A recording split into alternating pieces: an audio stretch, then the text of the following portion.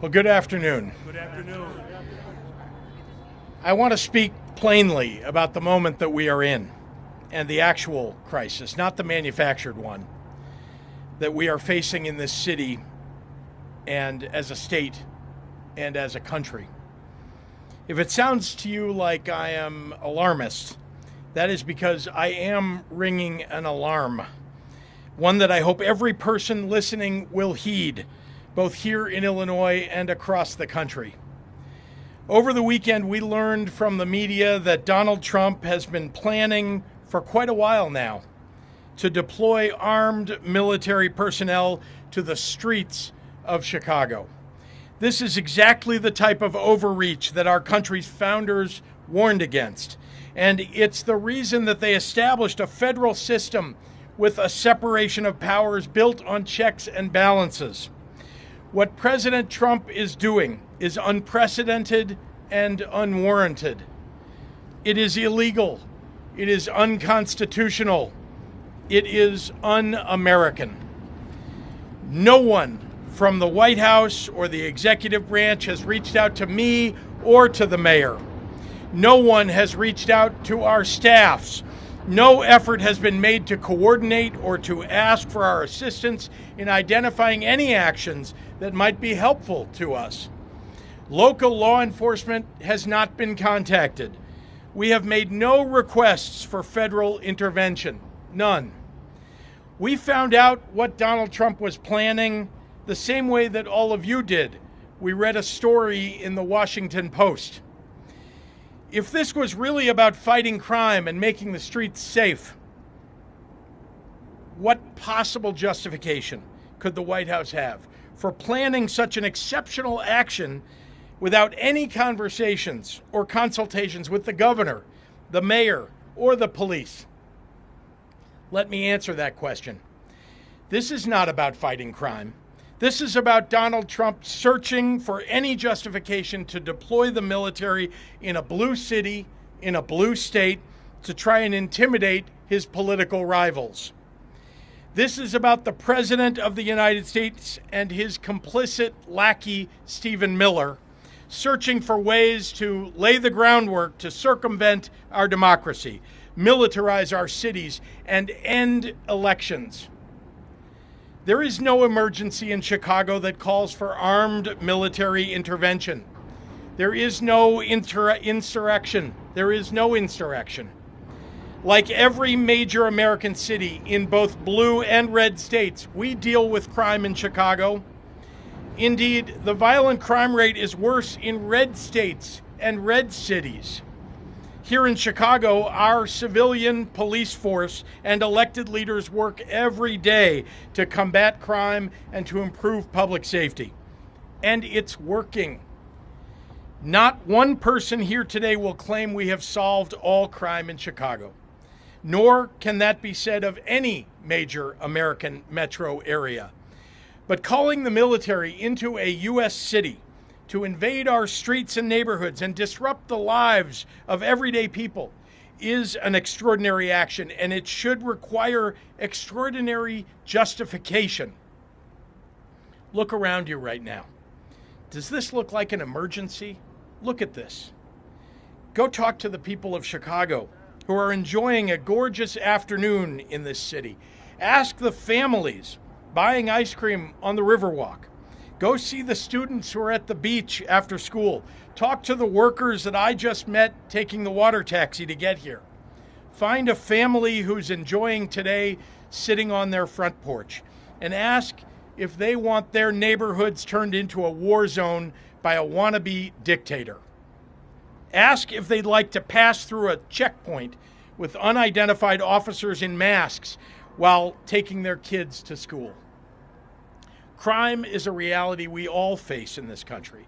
Public safety has been among our highest priorities since taking office.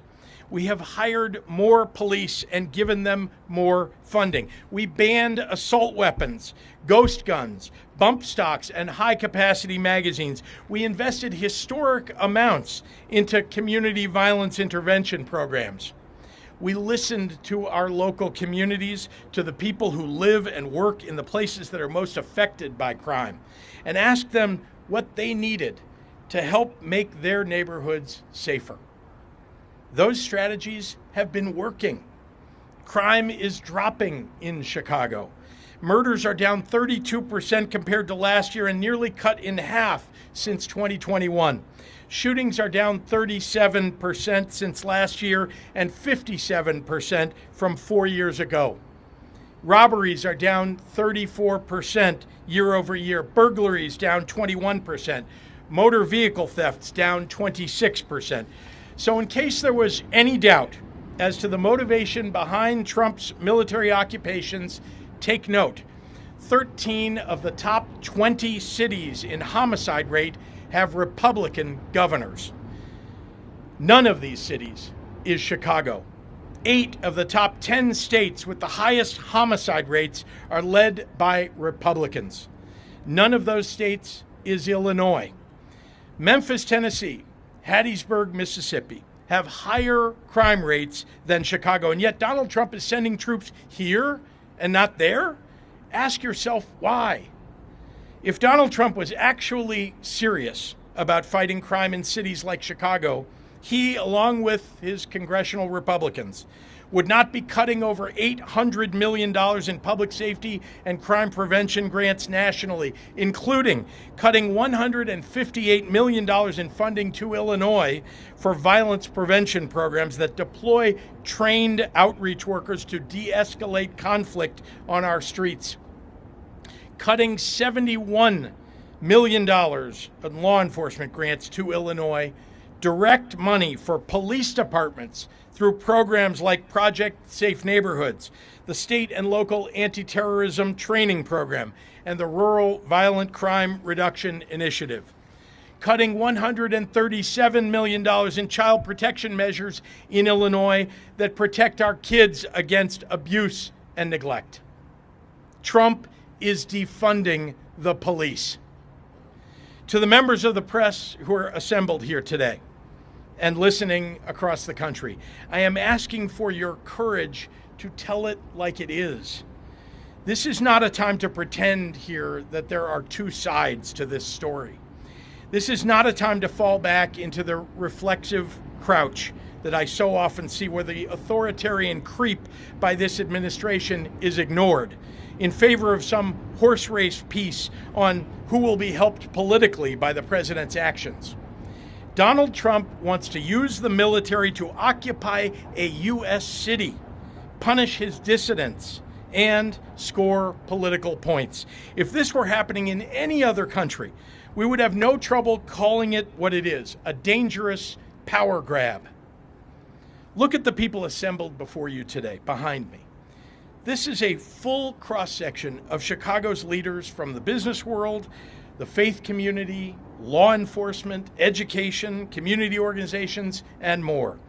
We sometimes disagree on how to effectively solve the many challenges that our state and our city face on a daily basis. But today we are standing here united, in public, in front of the cameras, unafraid to tell the president that his proposed actions will make our jobs harder and the lives of our residents worse. Earlier today in the Oval Office, Donald Trump looked at the assembled cameras and asked for me personally to say, "Mr. President, can you do us the honor of protecting our city?" Instead, I say, "Mr. President, do not come to Chicago."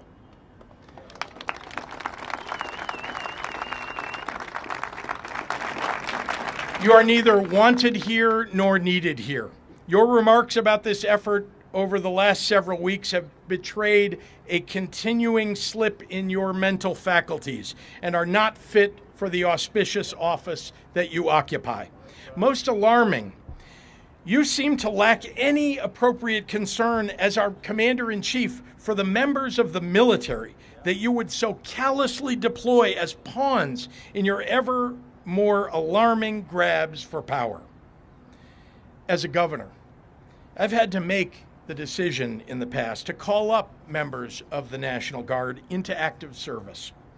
And I think it's worth taking a moment to reflect on how seriously I take that responsibility and on the many things that I consider before asking these brave men and women to leave their homes and their communities to serve in any capacity for us. As I've said many times in the past, members of the National Guard are not trained to serve as law enforcement. They are trained for the battlefield, and they're good at it.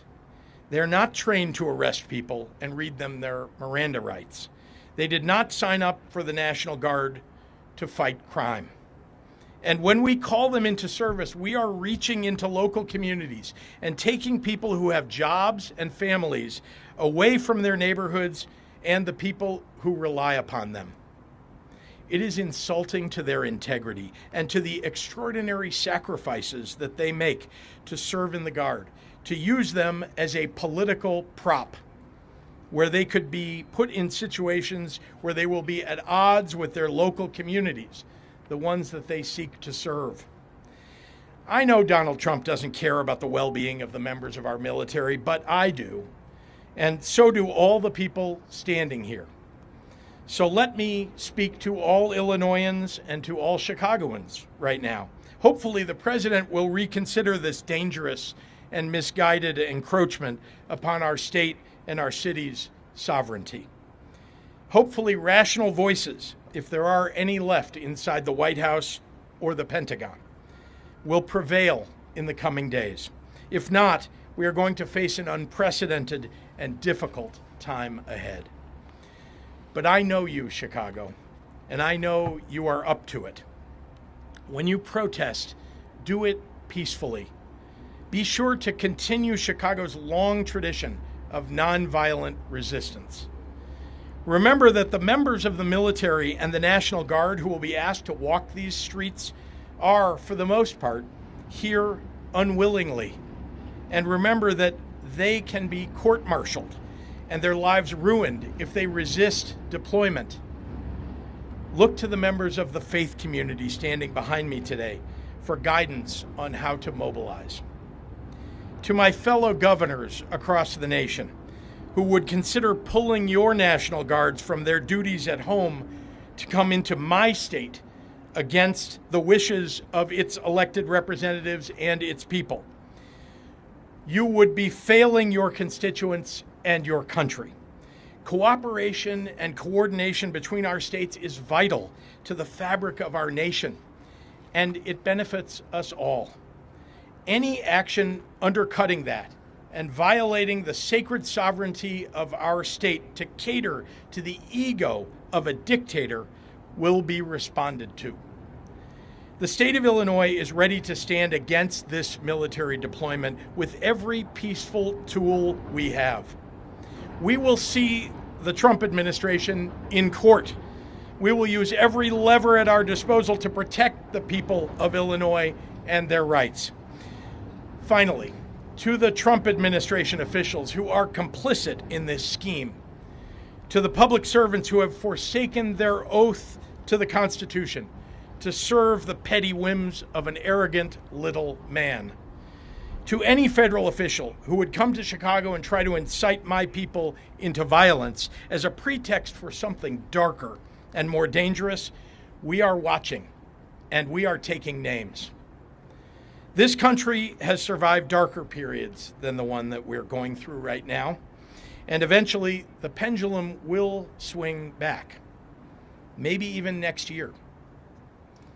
Donald Trump has already shown himself to have little regard for the many acolytes that he has encouraged to commit crimes on his behalf. You can delay justice for a time, but history shows you cannot prevent it from finding you eventually. If you hurt my people, nothing will stop me, not time or political circumstance, from making sure that you face justice under our constitutional rule of law. As Dr. King once said, the arc of the moral universe is long, but it bends toward justice. Humbly, I would add, it doesn't bend on its own. History tells us we often have to apply force needed to make sure that the arc gets where it needs to go. This is one of those times. I look forward to taking your questions in a few minutes, but first, I'd like to hand over our podium to Mayor Brandon Johnson. Mayor. Thank you, Governor, and good afternoon, everyone. Thank you to all of the state and local county leaders that are here with us today. So let's just get to the facts. Over the past 2 years, we have seen significant reductions in crime and violence. In the last year alone, we have seen more than a 30% decline in homicides. Let me say that again. We've reduced homicides in 1 year by almost a third.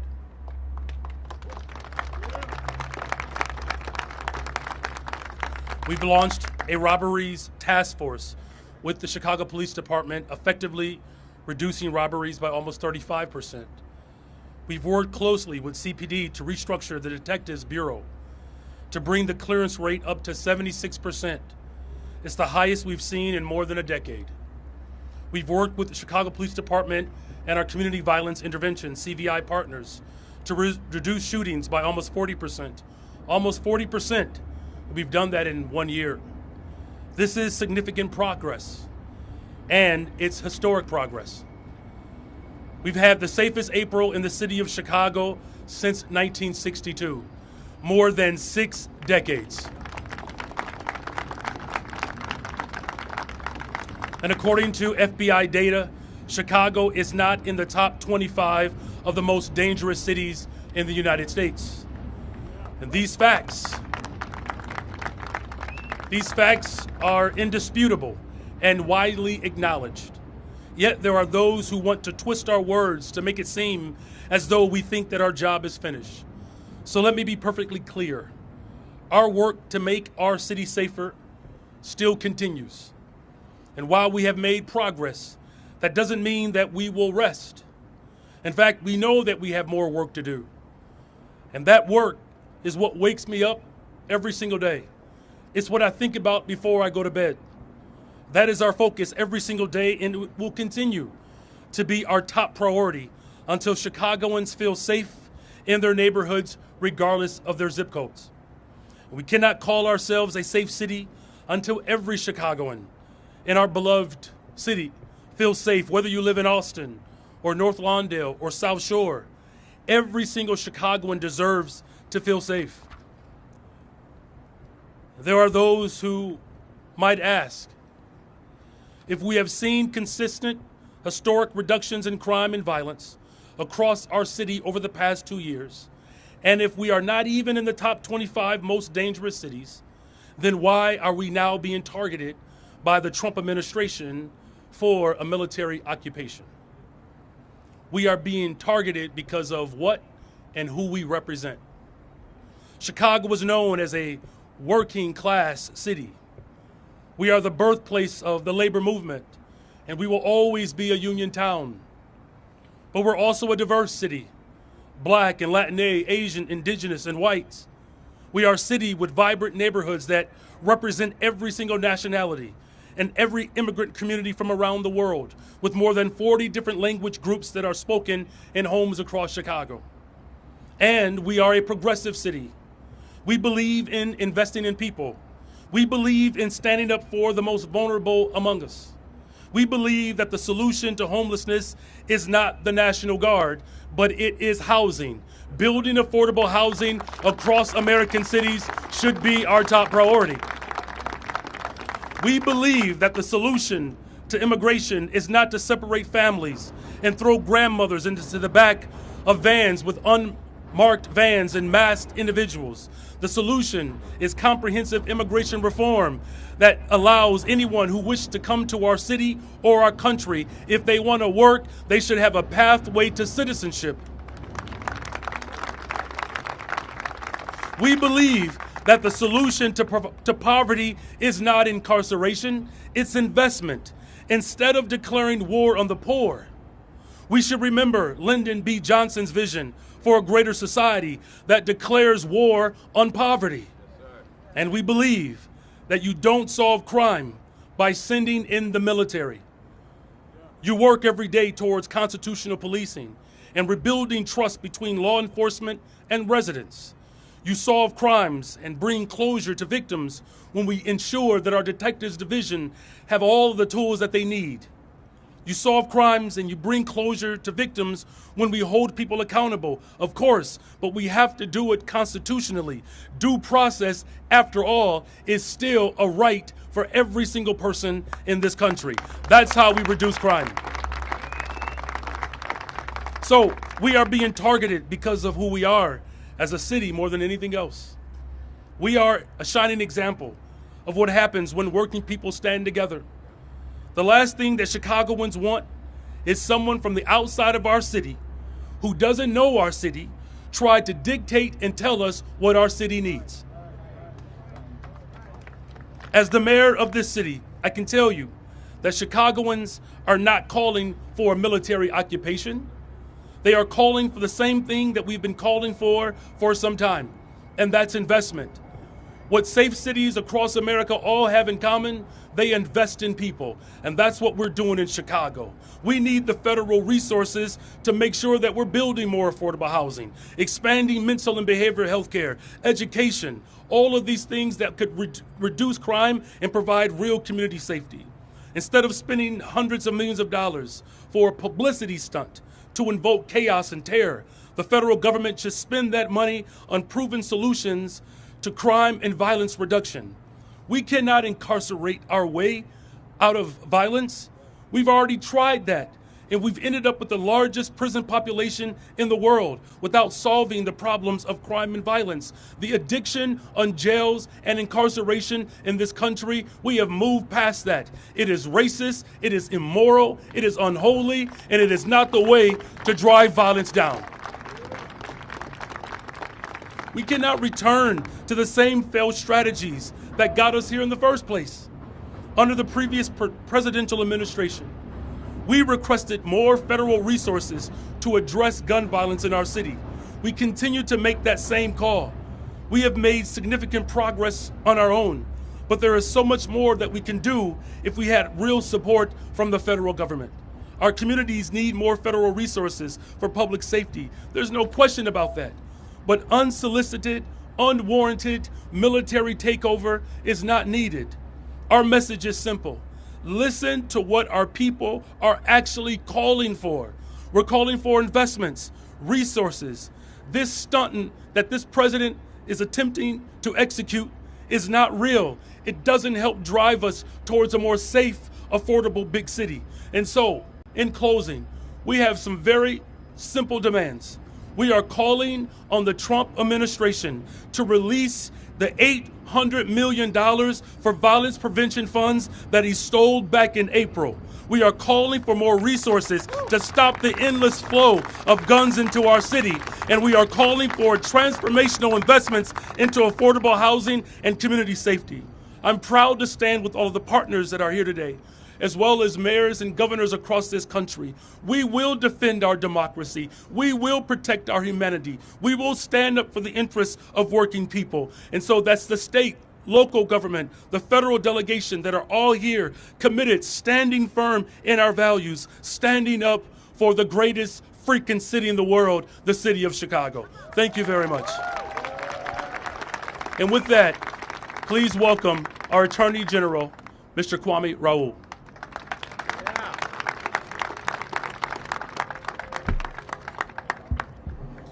Afternoon. Good afternoon. I started my tenure as Attorney General halfway through President Trump's first term. And since then, we and other state and local law enforcement partners have done tremendous work fighting crime in partnership with federal law enforcement partners. Throughout my tenure, and now as Attorney General, I've collaborated with federal law enforcement partners, including the FBI, the DEA, ATF, Secret Service, HSI, and others to investigate and prosecute criminal activity in Illinois. And working together, we have successfully investigated and prosecuted gun crimes, drug trafficking, organized retail crime, internet crimes against children, and other crime.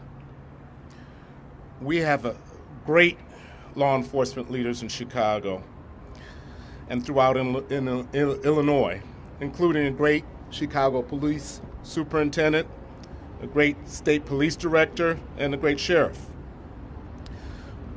We have also had great special agents in charge and agents at large assigned to Chicago from the federal government. Together, we have embraced a one-team collaborative approach to fighting crime. I say this to emphasize that I'm not and have never been opposed to collaborative help from well-trained federal law enforcement agents. Were the president serious about addressing crime or criminal threats in Chicago, he would dedicate more resources to collaborative work that we already engage in with these federal agencies. What the president is instead doing is in no way embracing a serious effort to reduce crime.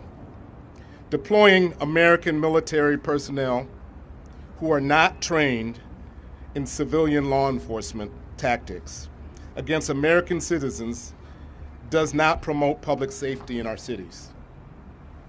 Last week, we filed a lawsuit against the Department of Justice for unlawfully placing conditions on Victims of Crime Act grants. If the president and his administration were at all serious about crime, he would not place unlawful conditions on funds that help states support critical services for victims of crime, including sexual assault, child abuse, domestic violence, human trafficking, and other victims of crime. If the president and his administration were concerned about crime, he would not be cutting millions of dollars from proven community violence interruption programs. If the president and his administration were at all serious about addressing crime, the president would be communicating with the governor and Illinois law enforcement leaders. Instead, the president's plan is purely performative.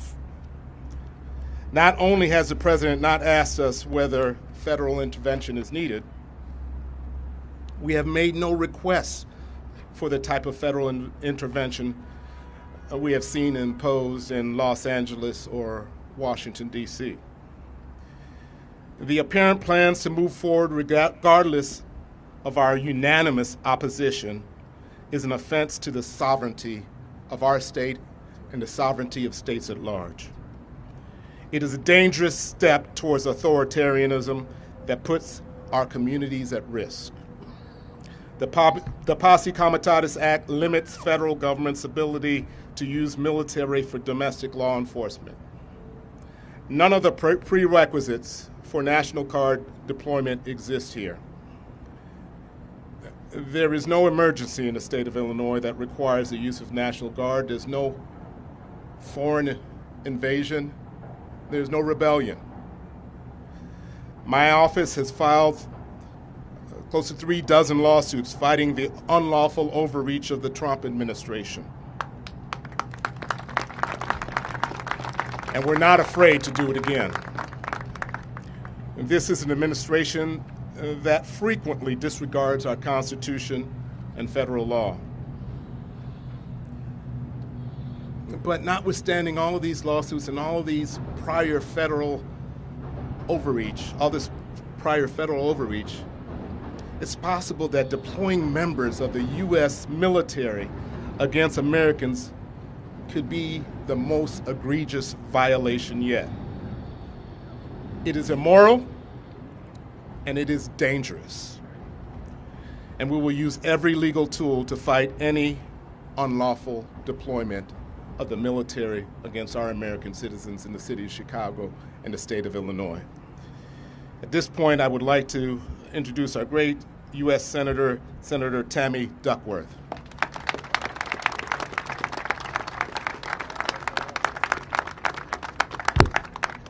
Good morning. Good afternoon.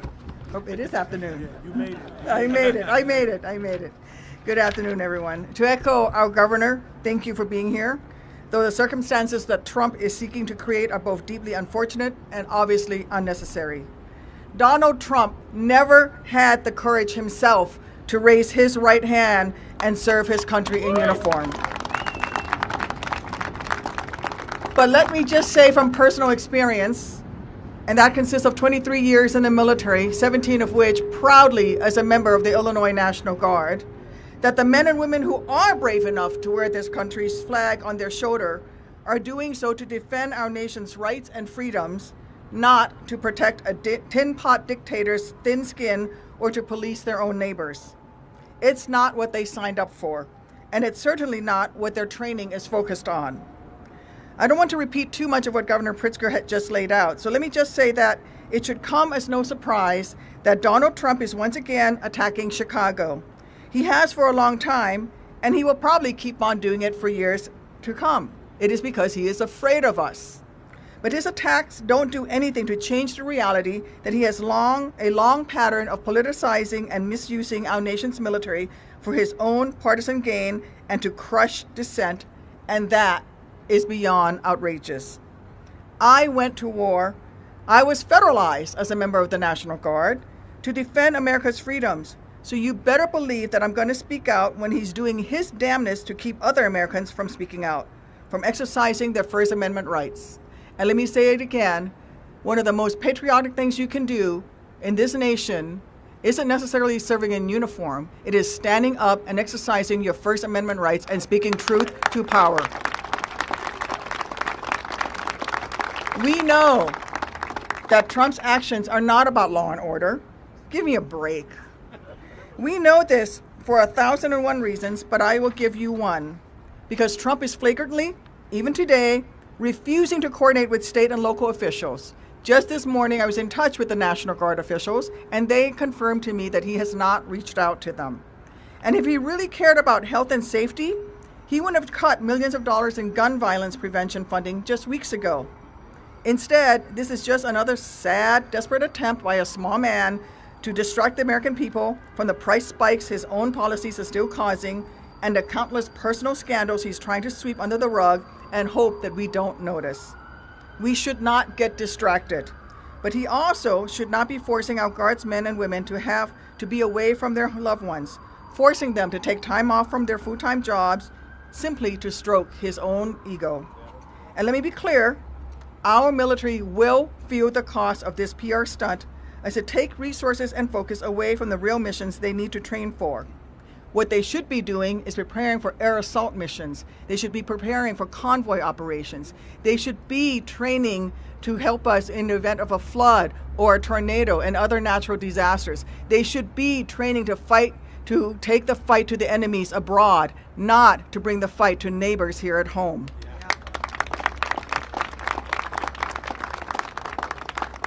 He is also inflicting reputational damage on our nation's military, which is supposed to be nonpartisan. He is taking it and he is deploying our troops on the streets of our nation's communities and hurting the readiness of the greatest fighting force on the face of the earth. Frankly, all this would be embarrassing if it weren't so devastating for those involved and so terrifying for the future and the security of our nation. Forcing the military uninvited into Chicago to intimidate Americans in their own neighborhoods does not make our nation stronger. It simply distracts our service members from executing their core mission of keeping Americans safe from the real adversaries who wish to do us harm. It's yet another unwarranted, unwanted, and unjust move straight out of the authoritarian's playbook, that will only undermine our military's readiness and ultimately weaken our national security. Donald Trump should be worried about and should be focused on standing up to Vladimir Putin. Instead, he rolls out the red carpet for him. Donald Trump should be supporting Ukraine in its fight against Russia, and yet he does nothing of the sort. Donald Trump should be fighting the Houthis rebels, and yet he has not been able to do that, spending millions of dollars to ineffectively try to stop them from stopping shipping in the Red Sea. Maybe if Donald Trump hadn't dodged a draft so many times, and by the way, that's 5 times that he dodged a draft when his nation called and he decided, ouch, my bone spurs are hurting, he would have actually learned something about keeping our country strong. But that is obviously too much to expect from Cadet Bone Spurs. With that, I'll hand it over to Derek Douglas of the Civic Committee. Thank you. Or actually, I'm supposed to hand it over to Senator Durbin, our great senior senator from Illinois, Dick Durbin.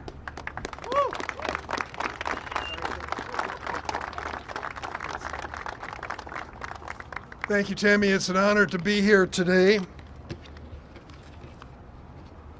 Make no mistake, the threat of federal troops to Chicago is not a serious effort to reduce crime in the neighborhoods of this city or our state. If it were a serious effort, it would be a coordinated effort with the mayor, the governor, law enforcement officials at all levels. It is not.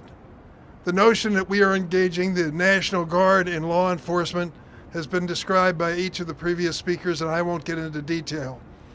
But the men and women of the National Guard, I am proud to say, have served our nation and our country honorably over and over again. Proof positive, Senator Tammy Duckworth. She deserves a round of applause. When it comes to law enforcement, that is not the job of the National Guard, and that's not what they're trained for. And this president is making a point of cherry-picking blue cities and blue states on his crime campaign. As the mayor and the governor and others have said repeatedly, if you're looking for the worst of the worst, Chicago is not the first stop at all. There are so many other communities, even red communities, if you allow me to describe them as such, where there is much more needed. The real reason for Trump's action is clear. He is in the process of accelerating mass deportation. If you don't believe it is alive and well, speak to your friends in Little Village and Pilsen, as I have. The people who run the restaurants and the shops, the churches, and they'll tell you what's happened with the fear that is in this community today. And this is something that Donald Trump wants to build on. The goal to deport 3,000 immigrants a day. They've stated it publicly. That's what they're setting out to do. And sadly, they're marching toward that goal. It is one thing for Trump to give speeches as he has and to warn us of immigrants that are rapists and terrorists and murderers and criminally insane. But the reality is this. Of those who have been deported, fewer than 1 out of 10 have any criminal record whatsoever. Fewer than 1 out of 10. 90% of the people facing deportation have been doing their best to be good citizens, paying their taxes, raising their kids, going to the same churches we attend, and they expect us to stand up for them, and we should today. I think it's imperative that we do. There's a reason that our Constitution, laws, and history hold back presidents from invading cities and states. This is an act of political theater by Donald Trump, and sadly, we have to take it extremely seriously. My friends, don't walk away and say this is just another political issue. This is how democracies die. When people don't stand up and speak up for the basic constitutional rights and freedoms which are part of us in this country.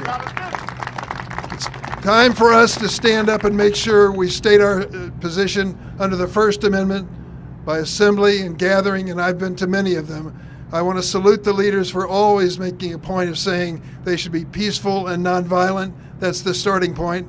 The second part of it is the fact that in our mid-year election, which we're facing in a year and a few months, fewer than half the voters who are eligible actually turn up. That's a job for all of us to change. They can talk about reapportionment and redistricting. We need to register and make sure our numbers turn up, in a way that makes a serious difference in the governorship of this country. I am proud to serve you in the Senate, but we have work to do in the remaining 16 months before this election. It is my honor to introduce Derek Douglas. He is president of the Civic Committee and president of the Commercial Club. Mr. Douglas.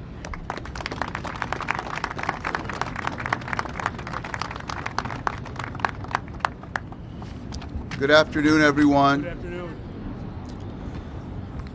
Chicago has a long and storied history of tackling its challenges by working together across the public, private, and civic sectors to develop and implement solutions. As you've heard today, public safety is no different. Deploying federal troops or federalizing the National Guard without engaging state and local government, business, philanthropic, and community leaders, the ones who understand Chicago's needs and are on the ground working daily to make our city safer, is unprecedented and unwarranted. The Civic Committee formed a public safety task force in 2022, and when we formed that task force, we reached out to the organizations and the leaders who are working in the public safety space for so many years, and we committed to standing by them in the good times and the bad to try to make this city as safe as possible, and to identify ways for the business community to contribute to creating a safer Chicago for all, with an emphasis on gun violence reduction.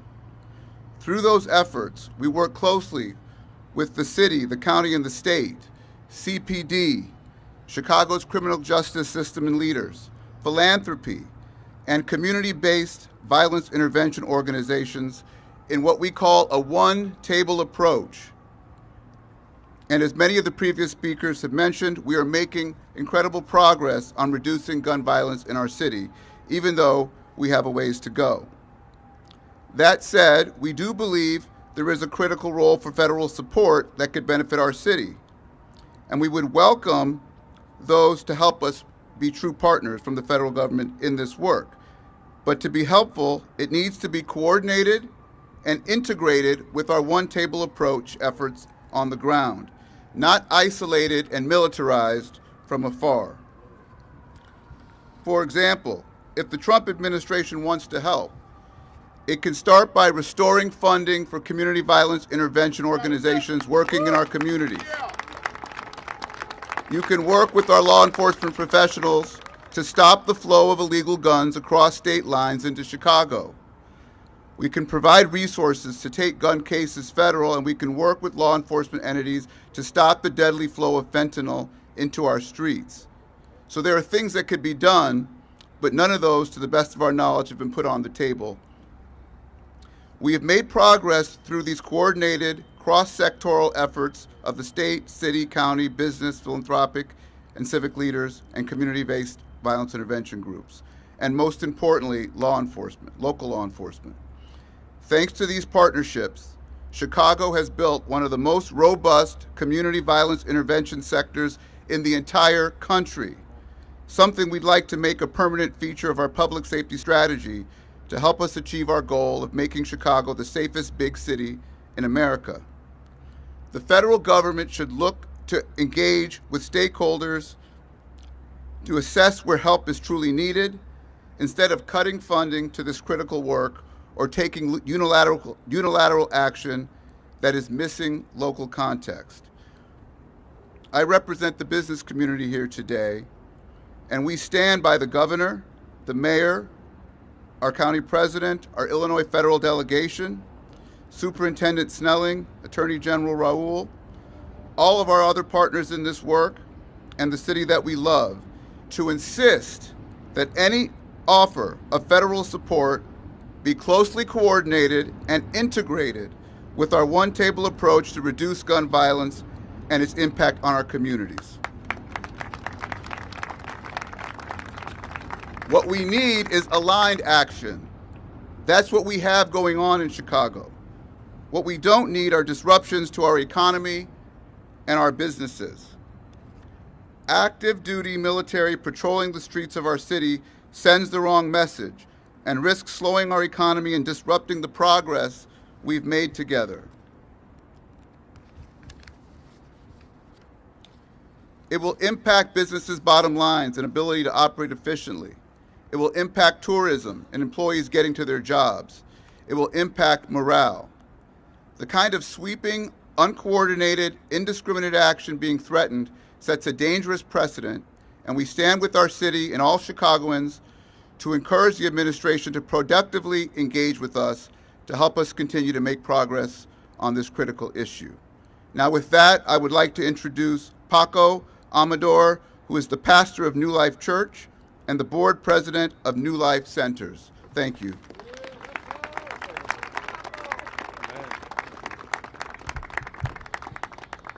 Thank you so much.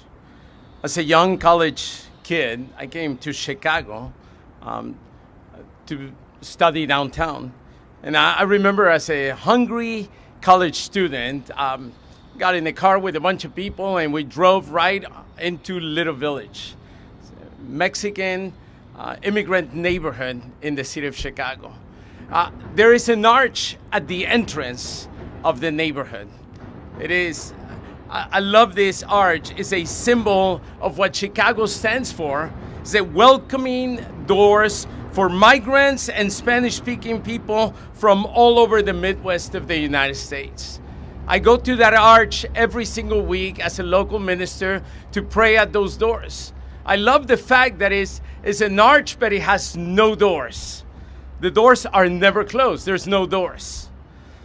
For a decade, I was a Chicago public school teacher, and right across the street from our church, for the last two decades, I have been a pastor in this multilingual, multicultural community. I love being a pastor there. Through New Life Centers, we have been able to see the strength and beauty of a city that collaborates. Not just faith initiatives, elected officials, business, community initiatives, all of us together. From last year to now, there has been an 80% decrease in shootings and homicides in our community. And that is a powerful thing that no one can claim that they have done it. We have all done it together. Just yesterday, I was part of our congregation and many other congregations in Little Village and North Lawndale closed down their services to be able to join in the historic Route 66 in Ogden Avenue. It never closes except yesterday. And it was a beautiful thing to see North Lawndale, South Lawndale coming together. Several years ago, our local alderman who's here, Mike Rodriguez, came over to my house. He knocked on the door and he said, "Hey, Pastor, come with me. Let's go and say hi to neighbors." I've never experienced that. I loved it. We walked in to one side of the street and we met. I didn't even know that many neighbors. I've been living there for 30 years. I didn't know so many of those neighbors. We had some great conversations. Then we went to the other side. We met other neighbors that I've never seen. We've lived across the street from each other. Then we went to the other side. After 3 days of visiting and neighbors and having conversations, we ended up coming together with an idea for an abandoned lot right in the corner of those streets. Right now, if you go, there is a beautiful corner garden where there used to be chaos. The ingredients of neighborhood and city transformation, it's right there. Elected officials, faith community, business, neighbors, community organizations, all coming together to work together. I guess what I'm trying to say now is that Chicago, together with all these friends and community neighbors and collaborators, is that Chicago is a growing and thriving city, which under our watch will, with community, faith, local government, state collaboration, will continue to keep its doors open to all those who seek a thriving city. I love living in the city of Chicago contrary to negative narratives. Every time I ask my kids, my wife and I have eight children. Every single one of them have been born in the city of Chicago. Every time I ask my kids, "Hey, do you want to ride to school?" Most of my kids say, "Dad, I'd rather go biking in the city." I ask them why. They say, "Because I love this city." Today, I just want to say that we live in a thriving city. And we will continue to work together to see this city thriving even more. I want to welcome Reverend Sierra Bay Chamberlain, Executive Director of Live Free Illinois. Thank you. Again, God bless.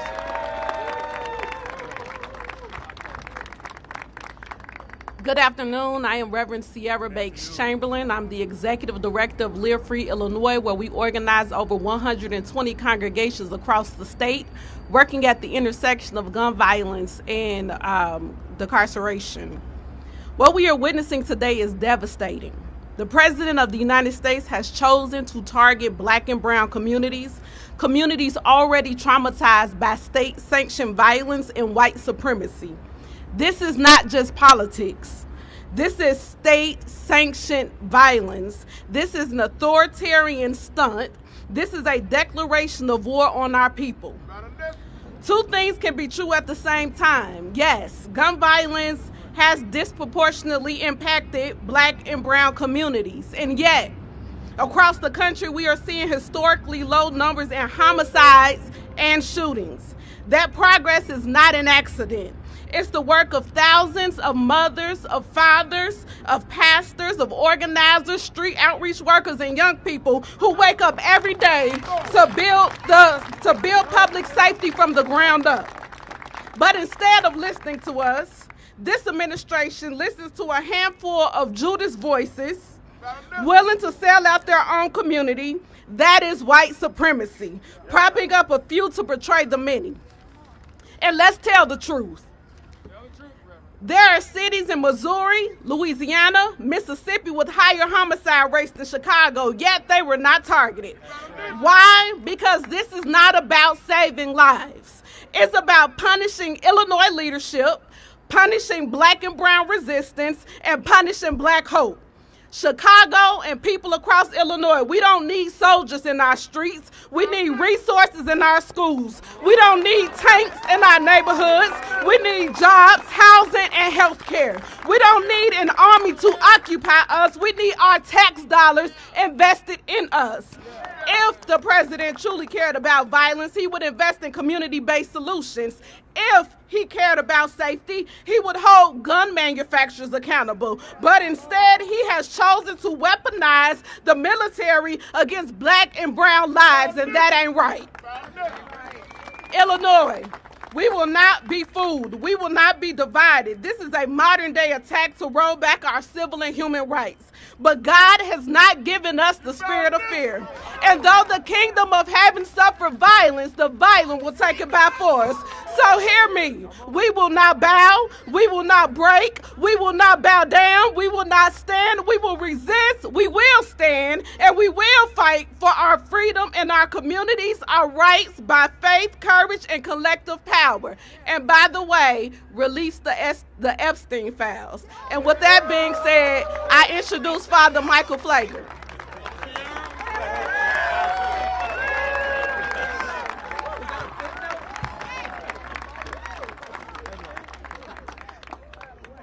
Like everyone else has stated clearly, Chicago's not in a state of emergency. We all reject any deployment of National Guard on Chicago streets. We do not need nor want a militarization of Chicago or Illinois, which is only going to induce fear, chaos, and disturb the progress we are presently making to decrease violence. The state of emergency is in America, not Chicago, and is birthed from this president and his administration. Dr. King said he could not raise his voice against the violence of the oppressed without having first spoken clearly to the greater purveyor of violence, his own country. And those are my words to you, Mr. Trump. Before you dare speak about any violence in Chicago, look into your mirror and address the violence coming from the White House. The violence of cutting SNAP, which will cut $2.4 million in food access, put 360,000 Illinoisans at risk by taking food off their tables. Address the violence of cutting Medicare and Medicaid by $500 million, reducing access to doctors, and threatening the closure of hospitals and nursing home facilities throughout the state of Illinois, literally putting Americans in life and death situations. Some Americans will die because of your Medicaid cuts. Address the violence of cutting $158 million for violence prevention in Illinois. And yes, as others have stated, the $800 million anti-violence grants nationwide. And address the violence of refusing to ban assault weapons and high-capacity magazines, refusing to have universal background checks as well as red flag laws, and making America the gun capital of the world due to its gun ownership and sales. And while you're at it, Mr. Trump, stop the gun flow into our state from your Republican state of Indiana. Yes, Mr. Trump, rather than exploit our men and women in uniform for your own political theater, look into the mirror and address the acts of violence that you have ordered from your golden Oval Office, creating violence and chaos throughout this country. Take the wasted money in sending the National Guard and the wasted money used on threatening commercials by your Homeland Security Secretary, and use it on real violence and prevention programs that will bring peace. The only one who we have to be concerned about is violence is you, Mr. President. Send the National Guard to 1600 Pennsylvania Avenue. And now I'll bring back our governor for questions, Governor J.B. Pritzker. Happy to take any questions from members of the media. Mary Ann.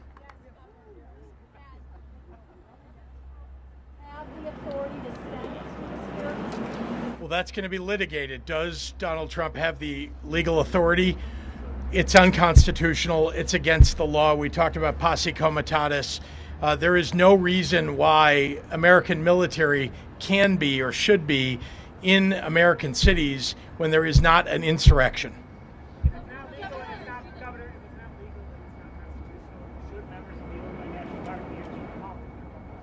They are required, members of the Illinois National Guard are members of the military. And when they are called up according to Title 10 by the President of the United States, they are required to follow orders, just as they are when the governor calls them up under Title 32. Well, that's got to be determined. I exactly agree with the point that you're making. Yes. I'm sorry.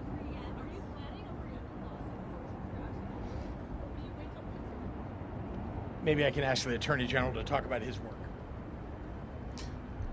We don't know exactly the exact circumstances in which the deployment would take place. So a preemptive lawsuit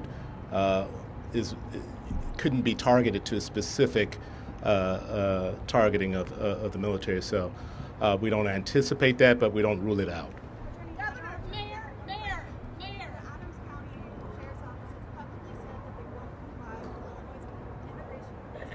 I don't have a comment on that right now. Thank you. No comment on that right now, Isabel.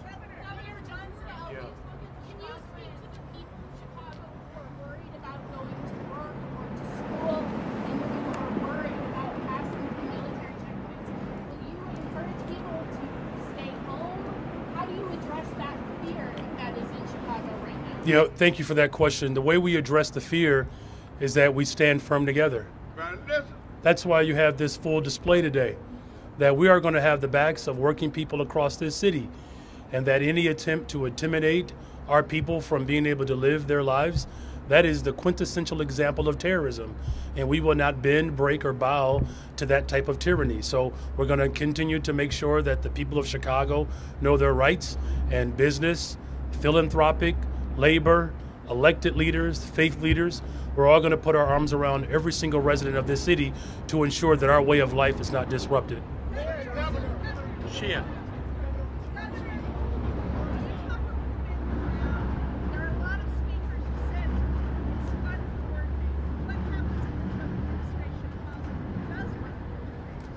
Well, I think they'll hear exactly what I said today about whether we want them in the city of Chicago. We do not want troops on the streets of the city of Chicago. Let me be clear. And if he calls me, I will tell him that directly.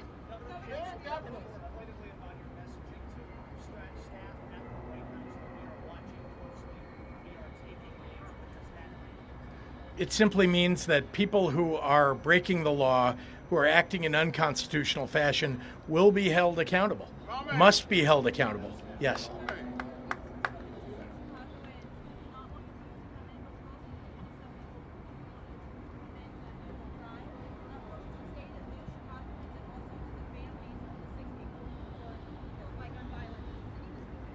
Look, every single person that is the victim of violence in any city across the entire United States is worthy of our sympathy and also worthy of having law enforcement go after the perpetrators.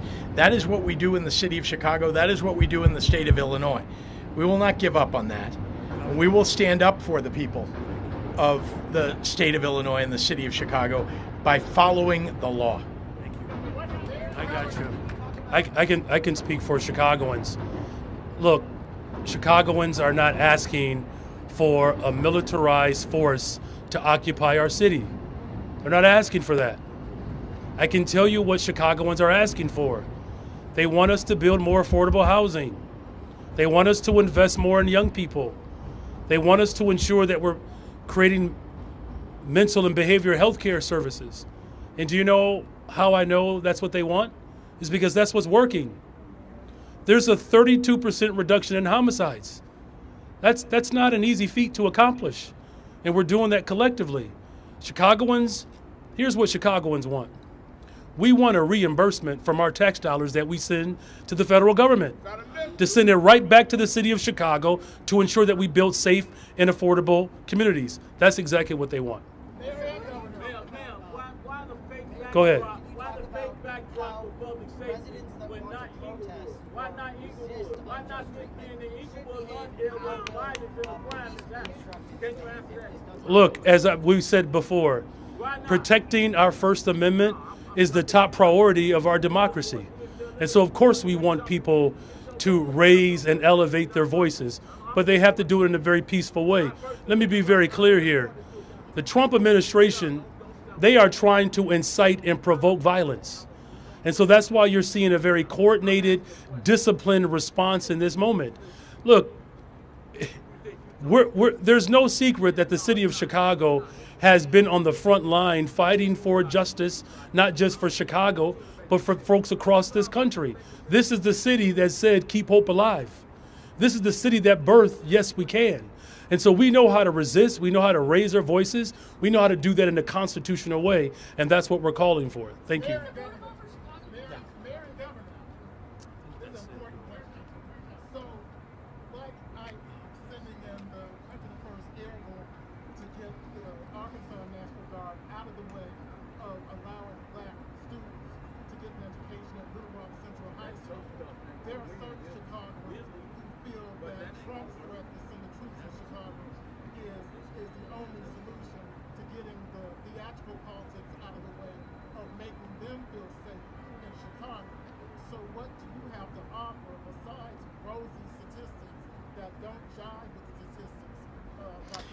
There is not an emergency in the city of Chicago. There is nothing that calls for having troops on the streets of the city of Chicago. We have crime like other cities do. But let's be clear. We are actually in better shape than the 30 biggest cities across the United States. We're in better shape on average, and it is important to recognize that the President of the United States is doing this for theatrics. This is not because we've asked for it. It is not because there is some justice that he is going to seek. It is because he wants to create chaos. That is all this is about. I'm sorry, I need to call it on somebody new. Yeah.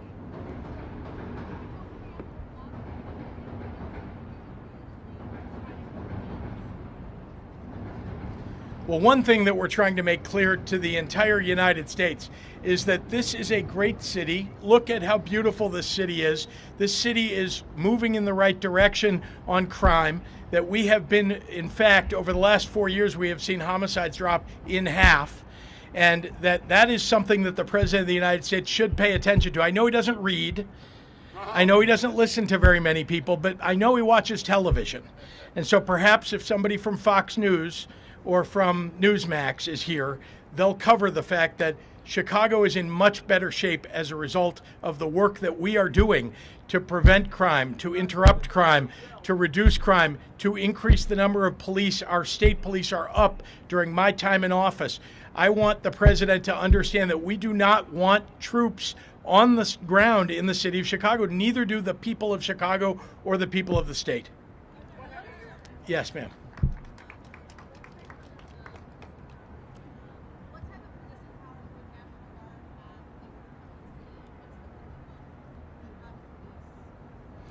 Well, the Chicago Police Department has its job to do. The troops, if they are federalized, will be limited by what federal troops can do. So those are the rules. They're not supposed to be doing crime fighting. They're not supposed to be involved in anything other than what federal troops are supposed to do. They can guard federal buildings. They can do the work of, as called upon to, perhaps sit outside the city of Chicago, but not to fight crime in the city of Chicago. That is not what they're supposed to be doing. Yes, Jason, sorry.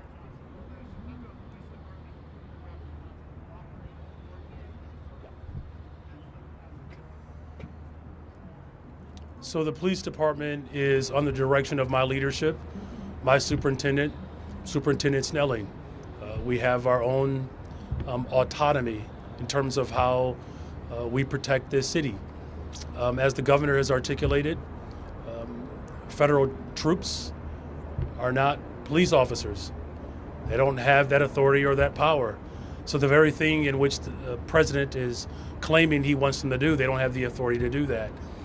Look, here's the other thing that's important. Our local law enforcement cooperates with federal agents on a host of things, one of which is getting illegal guns off the streets of Chicago. Just a couple of weeks ago, we seized over 150 guns that were trafficked in from Mississippi and Indiana. That's the type of coordination that we have to continue to do to drive safe and affordable neighborhoods. Thank you all very much. Sure. I'm sorry, I know you were looking to ask a question.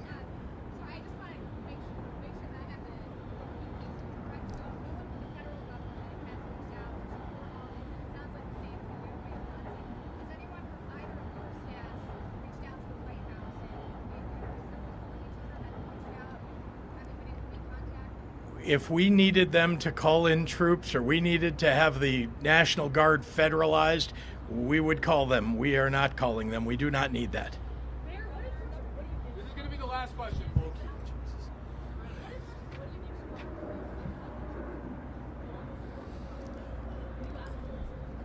Well, look, we're going to use every single tool at our disposal.